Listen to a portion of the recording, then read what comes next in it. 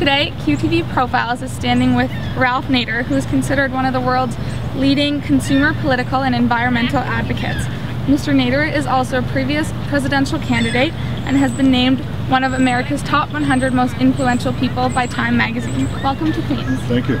Today you are hosting a lecture called Going Green in a Corporate Climate. Can you give a quick synopsis about your lecture for those who are maybe missing it? Well, as we know, going green means a much more efficient use of natural resources. So we have less air pollution, water pollution, less waste, and the use of fuel and zinc and copper, etc. But it hasn't been viewed that way by too many corporations, big ones, who are looking for short-term profit. So they want to keep the technology, they want to keep nuclear power, fossil fuels, pesticides, all these things on their plate.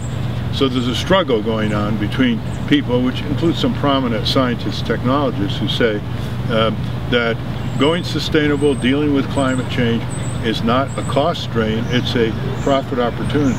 In other words, it's a way to become, with solar energy and energy efficiency and the efficiency of natural resources, more productive, safer, more self-reliant in the community, and more able to respect the environmental resources that are obviously being depleted. So it's a transformative moment, and we can see a lot of good things going on. We can see more solar energy, for example, more integrated pest management in the agriculture, more organic agriculture, more recycling. But it's still not big enough quantitatively to say that we've tipped the scales away from the old type of economies to the new economies. Excellent. And is speaking with university students a priority for you, and what do you hope to accomplish from talks like this? Well, I mean, first of all, they're going to be leaders of the future. That's a cliche. But the kind of courses they take are heavily embedded in the old economy. The business courses, the economics courses, the politics courses. So I hope that they will be encouraged here at Queens to start civic skill courses, where you connect the campus with the community, begin solving problems, whether they're pollution problems or city hall problems or zoning problems or anything that gets the students out of the classroom and then back into the classroom with empirical real-life experience. So that's one. And the second is to make them think big of their future, that they're not just here to become a cog in some giant corporate wheel, that they're here to be leaders, to be innovative.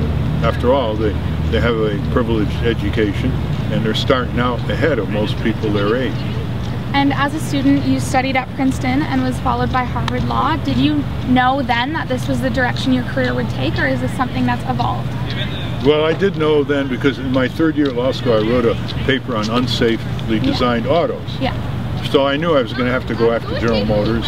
So right after law school, I began laying the basis for congressional legislation to mandate safety features like seat belts and collapsible steering columns, better brakes, better handling for the motor vehicle industry, which up to that point was really unregulated. So you were a student when you started your safe automobile? And that's what students do. They can write papers, you know, independent papers, seminar papers, theses, about something they really want to change.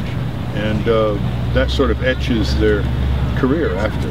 How do you see this generation of students in the future? Do you think that they'll be advocates for change like the ones before them?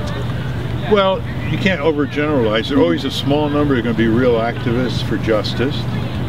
People working in Ontario Public Industry Research Group, which I helped start, which I hope will be reinstated on campus again.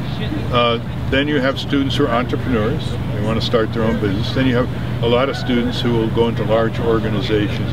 But they all have a role to play. I mean, we've gotten some great changes from whistleblowers inside the federal government or inside General Motors. We got a recall of 7 million cars due to a whistleblower from a GM engineer 35 years ago. So everybody has a role to play. It's a bit more elbow room if you're on your own, or if you start a citizen group like Environment Canada or Council of Canadians. But no one should give up on themselves. They have a conscience. They should bring their conscience to work.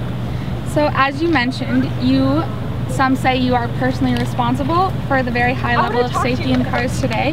What's your next frontier?